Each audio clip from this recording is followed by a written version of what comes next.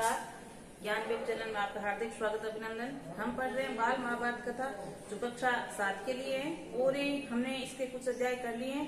आज हमारा अध्याय नंबर है 24 जिसका शीर्षक है विराट का भ्रम और दूसरा है 25 जिसका नाम है मंत्रणा। तो सबसे पहले हम विराट का भ्रम देखते हैं। आपने पीछे पढ़ा था कि जब तो दुर्योधन है 12 वर्ष पूर्ण होने के बाद वो पांडव की खोज में निकलता है और वो पांडव है वो विराट के यहाँ जो मत्स्य देश का राजा है वहाँ अलग देश में रहते हैं और जब दुर्योधन वहाँ पर आक्रमण करता है तो पांडव अलग अलग देश में जो यहाँ रह रहे काम कर रहे थे विराट के वो युद्ध लड़ते हैं और विराट का जो पुत्र होता है जिसका नाम होता है उत्तर की ओर से अर्जुन लड़ता है और उत्तर को विजय प्राप्त करवाता है और फिर उत्तर को ही यश प्राप्त हो इसलिए अर्जुन वापिस अपने देश में आ जाता है और उस राजकुमार को बोलता है कि आप माला और तिलक के साथ नगर में प्रवेश कीजिए और बोलिए कि हमने विजय प्राप्त की है।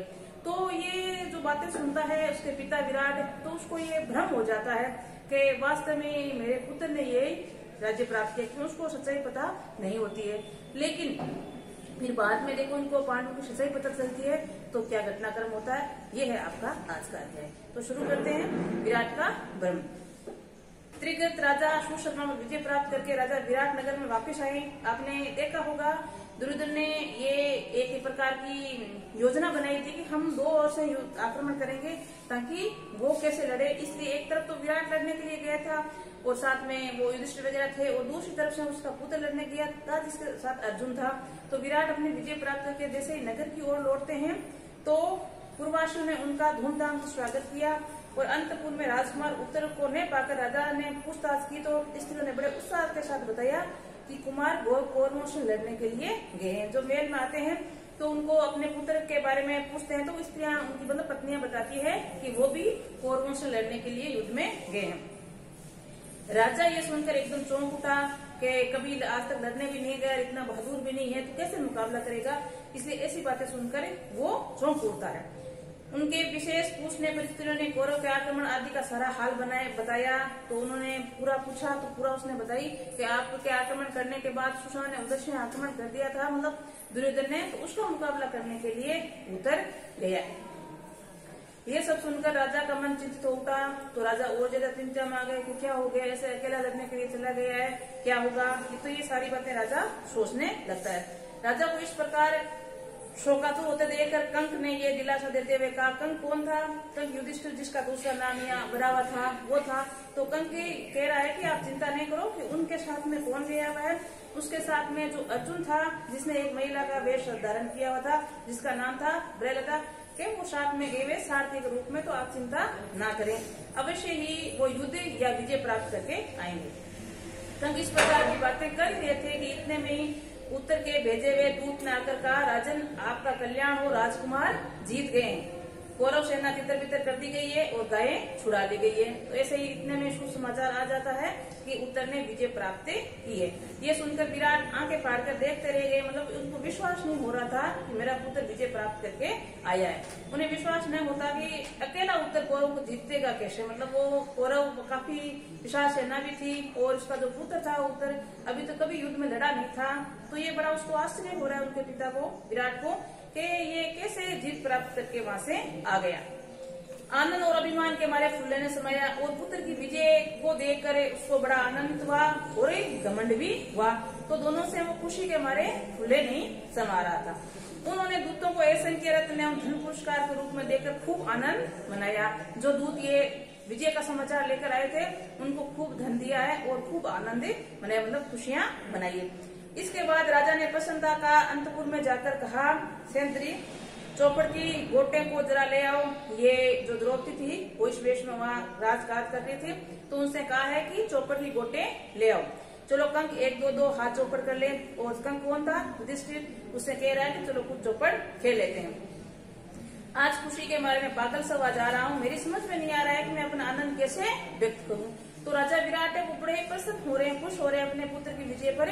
तो कंक से कह रहे हैं कि आज मेरे को समझ में नहीं आ रहा है कि मैं अपनी जो आनंदित है जो मेरे पास खुशी है उसको मैं कैसे बताऊं, कैसे व्यक्त करूं। दोनों खेलने बैठे। खेलते समय ही बातें होने लगी। राजा राजकुमार का शौर्य विख्यात, कौरव वीरों के मेरे बेटे ने अकेले ही लड़कर जीत लिया है, विराट ने कहा। जैसे ही खेल प्रारंभ किया गया तो विराट ने अपने पुत्र की प्रशंसा करते हुए कहते हैं कि देखो मेरा पुत्र कितना वीर है, जो अकेला ही कौरवों से विजय प्राप्त करके आया है। निसंदेह आपके पुत्र भाग्यवान है, नहीं तो बहनता अपनी साथ कैसे बनती। ये कंक ने कहा। कंक को तो पता था कि उत्तर विजय ने प्राप्त करके उसके भाई अर्जुन ने प्राप्त की है, लेकिन ये विराट को जानकारी नहीं थी। तो कंक है वो कह रहा है कि तभी तो जो उनकी सारथी बनी है, मतलब जो अर्जुन है वो उनका सारथी बना हुआ है, तो कह रहे हैं वो कितना भाग्यशाली है। विराट झुंझला कर बोलते हैं आपने भी क्या बहनता मतलब बार बार इसका नाम क्यों ले, क्यों सारथी क्यों रटे लगा रखी है। मैं अपने कुमार की विजय की बात कर रहा हूँ, आप अपने सारथी की बड़ाई करने लगे हो। वो उनको नाराज होते हैं और गुस्से से डांटते भी, कहते हैं कि आप बार बार बृहदत्ता का क्यों नाम ले रहे हो, मतलब जो सारथी बनी है अर्जुन उसका नाम आप क्यों पुकार रहे हो। आपको पता होगा पीछे वर्णित आया था अर्जुन एक महिला के वेश में वहाँ नौकरी कर रहे थे, तो ये सारथी बनकर वहाँ साथ में गए। तो कहते हैं कि मैं तो अपने पुत्र की विजय की चर्चा कर रहा हूँ और आप बार बार इस सारथी के गुणगान कर रहे हो। युधिष्ठिर ने जब बहनता का नाम लेकर जैसे ही कुछ कहना चाहा तो राजा ने रहने गया और अपने हाथ का पासा युधिष्ठिर मतलब कंक के मुंह पर दे मारा। पासे की मार से युधिष्ठिर के मुख पर चोट लग गई और खूने बहने लगा। वापिस किसी बात पर युधिष्ठिर खुशी मतलब अर्जुन की प्रशंसा कर रहे थे, उतने में राजा को मतलब विराट को गुस्सा आ गया और वो जो खेल रहे थे उसी पासे से अर्जुन के मतलब कंक के मुंह पर दे मारते हैं और उससे अर्जुन युधिष्ठिर को चोट आती है और एक खून बहने लगता है। इतने में द्वारपाल ने आकर खबर दी कि राजकुमार उत्तरम बृहलता के साथ द्वार पर खड़े, मतलब वो आकर दास ने ये खबर दी है द्वारपाल ने के बाहर आपसे मिलने के लिए आपका पुत्र और उनका सारथी जो बना था जिसका नाम क्या था बृहलता, कौन थी अर्जुन था जो महिला के वेश में था, तो आपसे मिलना चाहते हैं, राजा से भेंट करना चाहते हैं। सुनते ही विराट जल्दी से उठकर बोले आने दो आने दो। कंक ने इशारे से द्वारपाल को कहा कि सिर्फ राजकुमार को ही लाओ। तो पास में ही कंक मतलब युधिष्ठिर बैठा था, तो उसने इशारे से बता दिया कि आप केवल मात्र कंक उत्तरम को ही ले आना, उनके साथ में जो अर्जुन है मतलब बृहलता है उसको आप ही मत लाना। क्यों नहीं मंगा रहा था या क्यों नहीं बुला रहा था अंदर, इसका कारण क्या है कि युधिष्ठिर को जो चोट लगी थी पास के कारण, अगर वो उसी समय अर्जुन देख लेता तो गुस्सा हो जाता और पता नहीं विराट को क्या क्या डालता, इसलिए युधिष्ठिर उसको बाहर ही रोक रहा है। फिर जो राजकुमार है उत्तर उसने प्रवेश करके पहले अपने पिता को नमस्कार किया, फिर कंक को प्रणाम करना चाहता था पर मुख पर खून बहता देखकर चकित रह गया।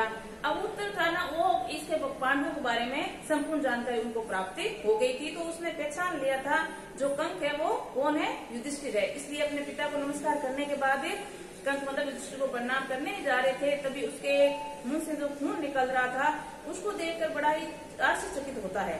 उसे अर्जुन ने मालूम हो चुका था कि कंक उसके असल में युधिष्ठिर है। उसने पूछा पिताजी इनको किसने पीड़ा पहुंचाई, तो अपने पिता से पूछ रहा है कि ये खून कैसे निकल रहा है, इसको चोटें किसने पहुंचाई। विराट ने कहा बेटा क्रोध में मैंने चौपट के पास से दे फेंक मारे थे, क्योंकि इससे तुम उदास क्यों हो रहे हो, कोई बात नहीं, ये मेरे गुस्से के कारण चोट लगी है, आप उदास न हो। पिता की बातें सुनकर उत्तर कांप गया और विराट को समझ कर सके कि बातें क्या है। उत्तर ने आग्रह किया कि उन्होंने कंक के पांव पकड़कर क्षमा याचना की। उसके बाद उत्तर को गले लगा लिया और बोले बेटा वे बड़े वीर हो तुम। उत्तर ने कहा पिताजी मैंने कोई सेना नहीं हराई, मैं तो लड़ाई नहीं था। अब जो उत्तर है वो अपनी वास्तविकता या सच्चाई बताना चाह रहे अपने पिता से कि मैं जो आप भ्रम है या आपको ये लग रहा है कि कौरवों की ओर से लड़ाई, कौरवों के मैंने लड़ाई की है या कौरवों को मैंने विजय प्राप्त की, तो ऐसा बिल्कुल भी नहीं हुआ है, क्योंकि मैंने तो युद्ध भूमि में लड़ाई की नहीं थी। राजकुमार ने कहा पिताजी मेरा विश्वास है कि आज या कल वे अवश्य प्रकट होंगे। ये किसको प्रकट होने की बात कह रहे हैं, पांडवों की। थोड़ी देर तो पांडवों ने सोचा कि ज्यादा विवाद करना और अपने सिपाही रखना ठीक नहीं, ये सोचकर अर्जुन ने पहले राजा विराट और बाद में सारी सभा को अपनी असलियत का परिचय दे दिया, मतलब अपनी सच्चाई सभी को उन्होंने बता दी। लोगों के आश्चर्य और आनंद का ठिकाना नहीं रहा, सभा में कोहराल मच गया। राजा विराट का हृदय कृतज्ञता और आनंद और आश्चर्य से तंगित हो उठा और विराट कुछ सोचने के बाद अर्जुन से आग्रह किया कि आप राजकन्या उत्तरा से विवाह कर ले। ये उत्तरा कौन थी? ये विराट की पुत्री थी। तो ये सच्चाई पता चलने के बाद जो विराट है वो कहते हैं कि आप मेरी पुत्री से विवाह कर लीजिए। तो अर्जुन देखो क्या कहता है। अर्जुन ने कहा, राजन आपकी कन्या तो मैं नाच और गान सिखा रहा हूँ, इसलिए वो मेरी बेटी के समान है। मतलब उन्हीं के रूप में वो कार्य कर रहा था वहाँ, जब 1 साल के लिए वहाँ की थी, जो अज्ञातवास बिताया था तभी। तो कह रहे हैं कि मैं आपकी पुत्री से कैसे विवाह कर सकता हूँ। इस कारण ये उचित नहीं है कि मैं आप उनके साथ विवाह करूं। हाँ, यदि आपकी इच्छा हो तो मेरे पुत्र अभिमन्यु के साथ उसका विवाह हो जाएगा। अगर ये आप चाहते हो तो मेरे पुत्र के साथ आप विवाह कर सकते हो। तो राजा विराट ने ये बात मान ली। उसके कुछ समय बाद दुर्योधन के दूतों ने आकर युधिष्ठिर ने कहा, कुंती पुत्री महाराजा दुर्योधन हमें आपके पास भेजा है। उनका कहना है कि उतावली के कारण प्रतिज्ञा पूरी न होने से पहले अर्जुन पहचाने गए, इसलिए शर्त के अनुसार आपको 12 वर्ष के लिए और वनवास करना होगा। अब हस्तिनापुर की ओर से, मतलब दुर्योधन की ओर से समाचार आया है, दूत को भेजा गया है और वो युधिष्ठिर को कह रहे हैं कि आपको मतलब एक जो अज्ञात वर्ष बिताना था उसका समय पूर्ण होने से पहले ही अर्जुन को पहचान लिया गया था। इस कारण आपको फिर 12 वर्ष का वनवास होता है। इस पर युधिष्ठिर हंस पड़े और बोले, दूतगण शीघ्र ही वापिस जाकर दुर्योधन को कहो कि ये पिता में विषम और जानकारों से पूछकर इस बात का निश्चय करें कि अर्जुन जब प्रकट हुआ था तब प्रतिज्ञा की अवधि पूरी हो चुकी थी या नहीं। मेरा ये दावा है कि 13वां वर्ष पूरा होने के बाद ही अर्जुन ने धनुष के टंकार की थी। तो कह रहे हैं कि दुर्योधन को आप जाकर ये बताना या बोलना कि जो आपके बड़े बुजुर्ग हैं जैसे भीष्म पिता में है या आपके पिता धृतराष्ट्र, उससे पूछकर आप ये निश्चय कर ले कि वास्तव में जो 13वां वर्ष था वो पूर्ण हुआ या नहीं। तो मुझे पूर्ण विश्वास है कि मेरे जो छोटे भाई अर्जुन ने अज्ञातवास का पूरा समय होने के बाद ही धनुष के टंकारे लगाया था। तो ये तो उसका भ्रम टूट जाता है विराट का और उनको पता चल जाता है कि हमके यहाँ साल भर जो अलग अलग वेश में कार्य कर रहे थे वो कौन थे? पांडव। अब आपका अगला टॉपिक है 25 नंबर का अध्याय, जिसका नाम है मंत्रणा। ये पढ़ते हैं। 13वां वर्ष पूरा होने पर पांडव विराट की राजधानी छोड़कर विराट के ही राज्य में स्थित उपलेव नामक नगर में जा बसते हैं। अब 13 वर्ष पूर्ण हो चुका है उनका। विराट को कौरवों के बारे में सच्चाई मालूम हो चुकी है, तो वो विराट नगर के यहाँ से नौकरी वगैरह कर रहे थे, वो छोड़कर विराट नगर के जो मत्स्य देश था वहाँ ही एक छोटे से गांव में जाकर रहने लगते हैं। अज्ञातवास की अवधि पूरी हो चुकी थी, इसलिए पांचों भाई प्रगट रूप में मतलब अपने असली रूप में वहाँ रहने लगे। आगे का कार्यक्रम तय करने के लिए उन्होंने अपने भाई बंधु मित्रों को बुलाने के लिए दूत भेजे। अब उन्होंने जो 12 वर्ष का वनवास और 1 वर्ष का अज्ञातवास मिला था उनको उन्हें पूर्ण कर लिया है।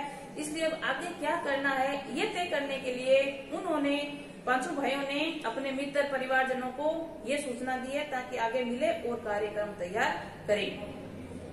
भाई बलराम, अर्जुन की पत्नी सुभद्रा और पुत्र अभिमन्यु और यदुवंश के कई वीरों को लेकर श्री कृष्ण जहाँ ये रह रहे थे उपलब्ध वहाँ आए हैं और इंद्रसेन आदि राजा अपने अपने रथों पर चढ़कर वहाँ सारे पहुंचे। जैसे ही पांडवों की ओर से इनको निमंत्रण मिला आने के लिए, तो सभी वहाँ जहाँ पांडव रह रहे थे मत्स्य नगर के एक नगर में, वहीं सारे इकट्ठे होते हैं।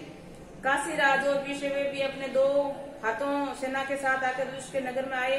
5 राजा द्रुपद 3 मतलब भारी सेना के साथ वहाँ पहुँचते हैं। उसके बाद शिखंडी द्रौपदी का भाई द्रुपद और द्रौपदी के पुत्र भी आ पहुँचे। और भी कितने ही राजा अपने अपने सेना के साथ लेकर पांडवों की सहायता के लिए आ गए हैं। जहाँ जहाँ जिसमें पांडवों को समाचार किया था सभी मत्स्य नगर के जो उपलब्ध स्थान था वहाँ पर सभी उपलब्ध हो गए हैं या सभी आ गए हैं। सबसे पहले अभिमन्यु के साथ उत्तरा का विवाह किया गया। ये आपको पहले याद चुका है। विराट ने जब अर्जुन से आग्रह किया था कि आप मेरी कन्या से विवाह कर लीजिए, तब उन्होंने कहा कि मैं तुमको बेटी के समान मानता हूँ, इसलिए ऐसा कीजिए मेरे पुत्र के साथ विवाह कर दीजिए। तो सबसे पहले अभिमन्यु उत्तरा का विवाह किया जाता है। उसके बाद विराट राज के सभा भवन में सभी आगंतुक जो मेहमान आए हुए थे राजा मंत्रणा के लिए इकट्ठे हुए थे, मतलब वार्ता करने के लिए इकट्ठे हुए थे। तो विराट के पास श्री कृष्ण और युधिष्ठिर बैठे थे, द्रुपद के पास बलराम और सात्यकी बैठे थे। ये बैठक व्यवस्था बता रहे कौन कहाँ बैठा था। और भी कितने ही प्रतापी राजा सभा विराजमान थे। सभा में सबके अपने अपने आसन बैठे जाने पर श्री कृष्ण उठे और बोले। सभी अपने अपने आसन पर विराजमान होने के बाद श्री कृष्ण भगवान कुछ अपनी ओर से उठकर बता रहे हैं। तो क्या कहते हैं देखो, माननीय बंधु और मित्रों, आज हम सब यहाँ इसलिए इकट्ठे हुए कि कुछ ऐसा उपाय सोचें जो युधिष्ठिर और राजा दुर्योधन के लिए लाभप्रद हो। मतलब ऐसा हम उपाय करें ताकि दोनों भाइयों में कुछ समझौता हो जाए और युधिष्ठिर को भी राज्य प्राप्ति हो जाए। न्यायोचित हो, मतलब दोनों के लिए न्यायपूर्ण हो, ऐसा हम फैसला करें और जिससे पांडवों और कौरवों का सुयश बढ़े। जो राज्य युधिष्ठिर ने छीना गया था उसको वापस मिल जाए तो पांडव शांत हो जाएंगे और दोनों ओर संधि हो सकती है। मेरी राय इस प्रकार से दुर्योधन के साथ उचित रीति से बातचीत करके उसे समझाने के लिए एक ऐसे व्यक्ति को दूत बनाकर भेजना होगा जो सर्वदा योग्य होगा। अब श्री कृष्ण भगवान ने अपनी बात रखी है सभा के अंदर, कह रहे हैं कि हमें ऐसा कोई न्यायोचित कार्य करना चाहिए जिसमें जो कौरव और पांडव है उन संधि कर ले और जो छिना हुआ राज्य था को हरा हुआ मतलब पांडवों का वो उनको वापस प्राप्त हो जाए और यश मिले। लेकिन एक ऐसे सुयोग्य व्यक्ति को भेजना होगा जो इस प्रकार का निर्णय जाकर हस्तिनापुर बताए। तब बलराम उठे और बोले, कृष्ण ने जो सलाह दी है वे मुझे न्यायोचित लगी। आप लोग जानते हो कि कुंती के पुत्रों को आधा राज्य मिला था पर वे जुए में हार गए। अब वे उसे फिर से प्राप्त करना चाहते हैं, इसलिए शांतिपूर्ण ढंग से बिना युद्ध किए वे अपना राज्य प्राप्त कर सकें तो उससे न केवल पांडवों बल्कि दुर्योधन तथा सारी प्रजा की भलाई होनी चाहिए। तो यही बलराम बात कह रहे हैं कि मैं अपने भाई के बातों से सहमत हूँ और जो पांडव है उनको न्यायपूर्ण आधा राज्य प्राप्ति होना चाहिए। बलराम ने कहा, सारा ये था कि युधिष्ठिर जानबूझकर अपनी इच्छा से जुआ खेलकर राज्य गंवाया था। उसकी इन बातों से यदुकुल का वीर और पांडव का हितैषी आग बबूला हो उठा। अब जो एक व्यक्ति साथ एक बेटा था, ये इस पर बलराम की बातें सुनकर उनको बड़ा गुस्सा आया और वो आग बबूला हो उठते हैं। और देखो क्या कहते हैं, उसने कहा रहा नहीं गया और वो कहता है कि वे बलराम जी की बातें मुझे जरा भी न्यायोचित मालूम नहीं होती है। युधिष्ठिर को आग्रह करके जुआ खेलने पर विवश किया गया था, खेल में कपट से हराया गया था, फिर भी उसकी सजगता थी कि जो प्रण दिवाकर उन्होंने खेल की शर्त पूरी की। दुर्योधन उसके साथी में चीख पुकार मचा रहे थे। 12 वर्ष पूरे होने पर पहले पांडवों को उन्हें पहचान लिया गया था। सरासर झूठ है और बिल्कुल अन्याय है। मेरी राय है कि दुर्योधन वगैरह युद्ध में मनेगा ही नहीं, इसलिए विलंब करना हमारे लिए बिल्कुल नासमझी की बात है। तो ये जो अपनी राय रख रहा है कि इस प्रकार की जो बातें कर रहे हैं या उसके साथ हुआ था कार्य युधिष्ठिर के साथ, वो एक धोखे से किया हुआ कार्य था जिसमें उसने सब कुछ अपना गवा दिया था। साहित्य की इन दृढ़तापूर्ण जोरदार बातों को राजा द्रुपद खुश हुए। वे उठे और बोले, साथी जो हुआ वह बिल्कुल सही नहीं है, मैं आपको जोर से समर्थन करता हूँ। और आगे भी कई और भी राजा वहाँ बैठे थे, जैसे शल्य, धृतकेतु, जयसेन, केकई आदि राजाओं के पास अभी दूत भेजने चाहिए। इसका मतलब ये नहीं कि सुलह का प्रयत्न नहीं किया जाए, बल्कि मेरी राय है कि राजा धृतराष्ट्र के पास अभी से किसी सुयोग्य व्यक्ति को दूत बनाकर भेजना बहुत ही जरूरी है। मतलब ये अपनी राय से ये बताना चाहते हैं कि हस्तिनापुर एक ऐसे सुयोग्य व्यक्ति को भेजा जाए जो उनको ये बात समझा सके कि पांडवों ने जो आपको कार्य मतलब हारने के बाद कार्य दिया था, 12 वर्ष का वनवास और 1 वर्ष का अज्ञातवास उन्होंने पूर्ण कर लिया है, तो आगे उनको न्यायपूर्ण आधा राज्य मिलना चाहिए। तो ये बात है कोई ऐसे व्यक्ति के साथ वहाँ बुलवाए जाए ताकि उनके समझ में आए। राजा द्रुपद के चुकने के बाद श्री कृष्ण उठे और बोले, सज्जनों, पांचाल से जो सलाह ली है बिल्कुल ठीक है। पांचाल कौन हो गया? द्रुपद, जो द्रौपदी के पिता हैं, वो पांचाल के राजा थे। बिल्कुल ठीक है भैया बलराम जी, और मुझ पर गौरवों का जितना हक है उतना पांडवों का भी है। श्री कृष्ण भगवान कहते हैं कि मैं दोनों ओर से कार्य करूंगा, चाहे कौरव पर बोल दो चाहे पांडव, दोनों ओर से उनका मुझ पर बराबर हक है। हम यहाँ किसी का पक्षपात करने नहीं बल्कि उत्तरा के विवाह में शामिल होने के लिए आए हैं। तो श्री कृष्ण भगवान सबको समझाते हुए बोल रहे हैं कि मैं किसी का पक्ष या विपक्ष का कार्य नहीं कर रहा हूँ। हम तो यहाँ विशेषकर उत्तरा के विवाह में शरीक हुए हैं। उत्तरा कौन थी? उत्तरा विराट की पुत्री, जिसका विवाह किससे हो रहा है? जो अर्जुन के पुत्र हैं, जिसका नाम है अभिमन्यु, उनके साथ उनका विवाह हो रहा है। अब हम अपने स्थान पर वापस चले जाएंगे। द्रुपद की ओर देखकर, द्रुपद राजा अब सभी राजाओं के श्रेष्ठ हैं, बुद्धि और आयु में भी बड़े हैं। श्री कृष्ण भगवान द्रुपद को कह रहे हैं कि आप सभी राजाओं में बड़े बुद्धिमान भी हैं और आयु में भी बड़े हैं, तो हमारे लिए तो आप आचार्य के समान हैं। तो धृतराष्ट्र में आपकी बड़ी इज्जत करते हैं। द्रोण और कृपाचार्य आपके लड़कपन के साथी, मतलब बचपन के, वो आपके साथी हैं।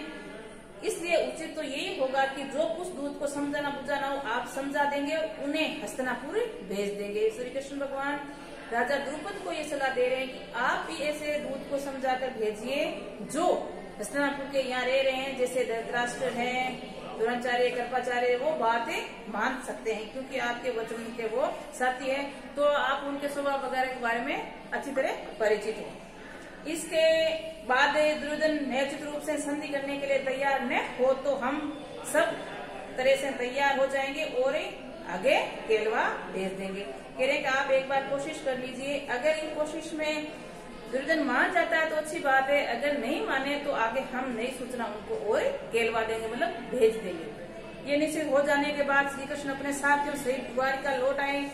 विराट, द्रुपद, युधिष्ठिर आदि युद्ध की तैयारी करने में लगे। चारों ओर दूत भेज दिए गए। सब मित्र राजाओं को सेना इकट्ठी करने का आदेश भेज दिया गया। पांडवों के पक्ष में राजा को अपनी अपनी सेना सज्जित करने लगे। उधर में तैयारी होने लगी। उधर दुर्योधन आदि भी चुपचाप बैठे ही नहीं रहे थे। ये दुर्योधन था, उसको सारी जानकारी प्राप्त हो गई थी, वो बिल्कुल शांत स्वर में नहीं बैठा था, मतलब चुपचाप ही नहीं बैठा था।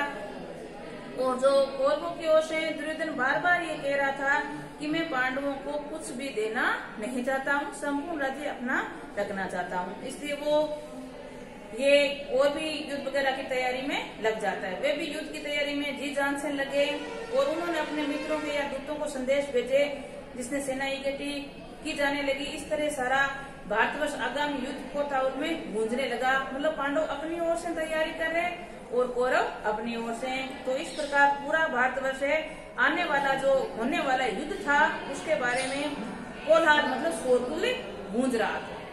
शांति चर्चा के लिए हस्तिनापुर को दूत भेजने के बाद पांडव और उनके मित्र राजागण जोर से युद्ध की तैयारी में जुट गए। अब पांडवों की ओर से हस्तिनापुर एक दूत भेजा गया है और उस दूत ने जो बातें की है वो देखते हैं। तो श्री कृष्ण के पास अर्जुन स्वयं पहुंच गए और देखो श्री कृष्ण के बाद अर्जुन और दुर्योधन दोनों ही जाते हैं, तो उनके देखो क्या प्रक्रिया होती है वो देखते हैं हम। उधर दुर्योधन को भी इस बात की खबर मिली तो उत्तरा विवाह में निवृत्त होकर श्री कृष्ण द्वारिका लौट गए, तो वो भी द्वारिका पर लिए रवाना हो गए। मतलब अर्जुन भी श्री कृष्ण भगवान से मिलने के लिए गए हैं और दुर्योधन भी, तो दोनों द्वारिका की ओर निकल पड़ते हैं। ठीक उसी दिन दुर्योधन के यहाँ पहुंचे। श्री कृष्ण के भवन में दोनों को एक साथ ही दोनों एक साथ ही भवन में प्रवेश करते हैं। श्री कृष्ण उस समय आराम कर रहे थे, तो अर्जुन और दुर्योधन दोनों उसके निकट संबंधी थे, इसलिए दोनों को बेख के सयानगर में चले गए। दोनों ही बिल्कुल परिचित थे, इसलिए वहाँ जो जहाँ वो आराम कर रहे थे, सो रहे थे, उसी रूम में दोनों पहुंच जाते हैं। दुर्योधन आगे था, अर्जुन जरा पीछे। कमरे में प्रवेश करके दुर्योधन श्री कृष्ण के सिराने में कुछ स्थान पर जाकर बैठ जाता है, लेकिन श्री अर्जुन है वो श्री कृष्ण भगवान के पाताने मतलब पांव की ओर हाथ जोड़कर खड़ा हो जाता है। श्री कृष्ण भगवान की नींद खुलती है तो उन्होंने सामने अर्जुन को देखा, जैसे वो पैरों की तरफ खड़ा था, जैसे ही आंख खुली तो सामने अर्जुन उनको नजर आए। लेकिन जो दुर्योधन था उनके सिराने मतलब वे सिर के पास में जो बड़ा आसन लगा हुआ था वहाँ बैठा था, इसलिए सबसे पहले उनको कौन नजर आए? अर्जुन। उन्होंने उठकर उनका स्वागत किया और कुशल पूछी। बाद में घूमकर आसन पर बैठे दुर्योधन को देखा तो उनका भी स्वागत किया और कुशल समाचार पूछे। उसके बाद दोनों ने आने का कारण पूछा। फिर बाद में उन्होंने दुर्योधन को देखा है और दुर्योधन को भी आने का कारण पूछा है। अब दोनों से कारण पूछने के बाद देखो क्या घटनाक्रम होता है उसका वर्णन है। तो दुर्योधन जल्दी से बोल उठा, श्री कृष्ण, ऐसा मालूम होता है कि हमारे और पांडवों के भी जल्दी युद्ध छिड़ने वाला है। यदि ऐसा हुआ तो मैं आपसे प्रार्थना करता हूँ या करने के लिए आया हूँ कि आप मेरी सहायता करें। सामान्यतः ये नियम है कि जो पहले आए उसका काम पहले हो। आप विद्वानजनों में श्रेष्ठ है, मतलब सबसे विद्वान है, आप सबके पथ प्रदर्शक है, मतलब राह दिखाने वाले हैं। अतः बड़ों की चलाई हुई प्रथा पर चले और पहले आप मेरी सहायता करें। ये दुर्योधन ने अपनी बात रख दी है कि सबसे पहले मैंने ही इसमें आपके सैन्य कक्ष में प्रवेश किया है। और एक बात ये भी नियम के अनुसार की गई है, जो पहले आ जाए उनकी सहायता पहले करते हैं। तो आप बड़े विद्वान हो, राह दिखाने वाले हो, तो आप भी मेरी सहायता करें। आगे ये सुनकर श्री कृष्ण बोले, राजन आप पहले पहुंचे जरूर, लेकिन मैंने तो सबसे पहले अर्जुन को देखा था। मेरी निगाहें तो दोनों ओर बराबर है, इसलिए करते भाव से मैं दोनों के समान रूप से सहायता करूंगा। पूर्वजों की चलाई हुई प्रथा यह है कि जो आयु में छोटा हो उसी को पहले पुरस्कार देना चाहिए। अर्जुन आपसे आयु में छोटा है, इसलिए मैं पहले उससे पूछता हूँ कि उसे वो क्या चाहते हैं। तो अर्जुन की तरफ मुड़कर श्री कृष्ण भगवान बोले, पार्थ सुनो, मेरे वंश के लोग नारायण कहलाते हैं, वे बड़े साहसी और वीर भी है, उनकी एक भारी सेना इकट्ठी की जा सकती है। मेरी ये सेना एक तरफ होगी और दूसरी तरफ अकेला मैं रहूंगा। मेरी प्रतिज्ञा ये है कि युद्ध में मैं ना हो तो हथियार उठाऊंगा और ना ही लड़ूंगा। तुम भली भांति सोच लो, तब निर्णय करो इनमें से तुम्हें क्या पसंद है।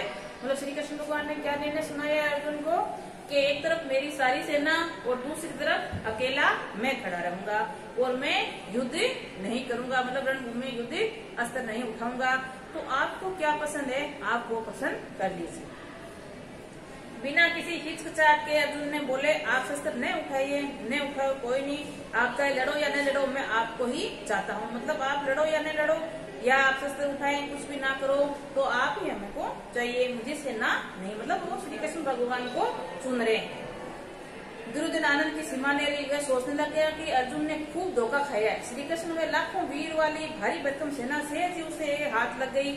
अब ये बातें जब अर्जुन ने श्री कृष्ण भगवान को चुन लिया तो दुर्योधन बड़ा खुश होता है कि एक अकेले व्यक्ति को इसने चुना है, जो श्री कृष्ण भगवान की भारी सेना है, वीर है सेना के अंदर, वो मुझे मिल रहे हैं। इसीलिए हो सकता है अर्जुन ने धोखा खा लिया। मतलब जो ये बात उसने चुनी है वो धोखे वाली है, जो मेरे पास या मेरे हाथ लगी है वो सबसे अच्छी है, मतलब सेना। ये सोचता है कि हर्ष में फुलाना समा, मतलब वो ये सोचकर दुर्योधन बड़ा ही खुश होता है और बलराम जी के यहाँ पहुंचता है, उसको सारा हाल क्या सुनाता है। और ये सारी बातें जो हुई थी कृष्ण भगवान के सामने घटनाक्रम का, वो कृष्ण भगवान के भाई बलराम को सुनाता है। बलराम जी ने दुर्योधन की सारे बातें ध्यान से सुनी और बोले, दुर्योधन मालूम होता है कि उत्तरा के विवाह के अवसर पर मैंने जो कुछ कहा था उसकी खबर तुम्हें मिल गई है। श्री कृष्ण ने भी मैंने कई बार तुम्हारी बातें छेड़ी, उनको समझाया था कि कौरवों और पांडवों दोनों को बराबर के संबंध है, किंतु अर्जुन मेरी सुनने तब ना मैंने निश्चय कर लिया है कि मैं युद्ध में तटस्थ रहूंगा, मतलब किसी की ओर से युद्ध नहीं करूंगा, क्योंकि जिधर कसन हो उसकी तरफ मेरा रहना ठीक नहीं है और अर्जुन की सहायता मैं करूंगा नहीं। इस कारण मैं तुम्हारी सहायता करने योग्य नहीं रहा, मेरा तटस्थ रहना ही ठीक है रहेगा। तो बलराम कह रहा है कि मैं दोनों ओर से किसी ओर से युद्ध नहीं लड़ूंगा। आगे हस्तिनापुर लौटते हुए दुर्योधन का दिल बलियों छल हो रहा था। ये सोच रहा था कि अर्जुन बड़ा बुद्धू है, मतलब मूर्ख है। द्वारिका की इतनी बड़ी सेना अब मेरी हो गई और बलराम जी का स्नेह मुझ पर है, श्री कृष्ण की निशस्त्र और सेवाविहीन हो गए हैं। ये सोचते विचारते दुर्योधन खुशी खुशी अपनी राजधानी लौट आते हैं। अब दुर्योधन बड़े प्रश्न होते हैं, खुश होते हैं कि जो अर्जुन ने चुना है वो बड़ा मूर्ख है, एक केवल मात्र श्री कृष्ण भगवान को चुन लिया उसने, उसकी भारी भरकम सेना तो मेरे पास है और मेरी ओर से एक बलराम भी मेरी ओर है। तो ये बड़ा खुश होते हुए अपनी राजधानी की ओर लौटते हैं। कृष्ण ने पूछा, सका अर्जुन एक बात बताओ, तुमने सेना बल के बजाय मुझे निशस्त्र क्यों पसंद किया? तो भाई श्री कृष्ण भगवान बलराम से पूछते हैं कि मुझे आपने क्यों चूज किया, क्यों चुना, ऐसा क्या कारण रहा? मैं तो ना तो शस्त्र उठाऊंगा और ना ही मेरे पास सेना है, कुछ सेना तो उस तरफ थी जो किसने चुन ली है, दुर्योधन ने। तो अर्जुन बोला, बात यह है कि आप वह शक्ति है जिसे आप अकेले इस तमाम राजाओं से लड़कर उन्हें कुचल सकते हैं। तो अर्जुन ने बात बता दी है कि आपको मैंने क्यों चुना था, आपके अंदर वो शक्ति है जो बिना किसी शस्त्र उठाए इन राजाओं को आप कुचल सकते हो। अर्जुन की बातें सुनकर कृष्ण मुस्कुराए, बोले, अच्छा ये बात है। और अर्जुन तो बड़े प्रेम से विदा दी और इस प्रकार श्री कृष्ण अर्जुन के सारथी बन गए और पार्थी सारथी की पदवी धारण कर ली है। अब श्री कृष्ण भगवान है वो किसके सारथी बन जाते हैं? अर्जुन के, और एक ही मतलब पद स्थान ग्रहण किया है। मध्य देश के राजा शल्य नकुल सहदेव की मां माद्री के भाई थे। जब उन्हें ये खबर लगी तो पांडव उपनेम नगर में युद्ध की तैयारी कर रहे थे। उन्होंने एक भारी सेना इकट्ठी की और उसे लेकर पांडवों की सहायता के लिए वहां जाते हैं। माद्री के भाई भी उनकी सहायता करने के लिए, नहदेव और शुक्ल के मामा उनकी सहायता करने के लिए वहां पहुंचते हैं। राजा शल्य की सेना बहुत बड़ी थी और जाते हुए रास्ते में झांक के विषय विश्राम करने के लिए डेरा डालते, उसकी सेना का पड़ा कोई 1.5 योजना तक लंबा फैला हुआ था, मतलब काफी बड़ी सेना थी और इस सेना को छाड़ने से स्थान पर पहुंचना था, वहाँ काफी दूरी थी, तो बीच में काफी पड़ाव डाल रहे थे। जब दुर्योधन ने सुना कि राजा शल्य विशाल सेना लेकर पांडवों की सहायता के लिए जा रहे हैं तो उसने किसी प्रकार सेना को अपनी ओर कर लेने का निश्चय किया। अब दुर्योधन को यह बात जब पता चलती है कि पांडवों को सहायता देने के लिए ये विशाल सेना लेकर शल्य जा रहे हैं तो उन्होंने सोचा कि उनको अपनी ओर मिला लिया जाए तो हमें हमारी सेना और काफी विशाल हो जाएगी। तो अपने कुशल कर्मचारियों की आज्ञा दी कि रास्ते में जहाँ कहीं भी राजा शल्य उसकी सेना का डेरा डाले उसे हर तरह की सुख सुविधा पहुंचाया जाए। शल्य दुर्योधन के आदर सत्कार का कुछ ऐसा असर हुआ कि उसने पुत्रों के समान प्यार करने योग्य भांजों मतलब सहदेव को छोड़ दिया और दुर्योधन के पक्ष में रहकर युद्ध करने का वचन दे दिया गया। उपले में राजा शल्य का खूब स्वागत किया गया। मामा को आए देकर नकुल और सहदेव का आनंद की सीमा नहीं रही। वे भावी युद्ध की चर्चा छिड़ी तो शल्य ने युधिष्ठिर को बताया कि किस प्रकार दुर्योधन धोखा देकर उसको पक्ष में कर लिया है। अब वहाँ जाते हैं तो वहाँ दोनों भांजे मामा को देखकर बड़े प्रसन्न होते हैं, खुश होते हैं और युधिष्ठिर को जो शल्य है वो अपनी बात बताते हैं कि किस प्रकार धोखे से दुर्योधन ने मुझे अपनी ओर मिला लिया।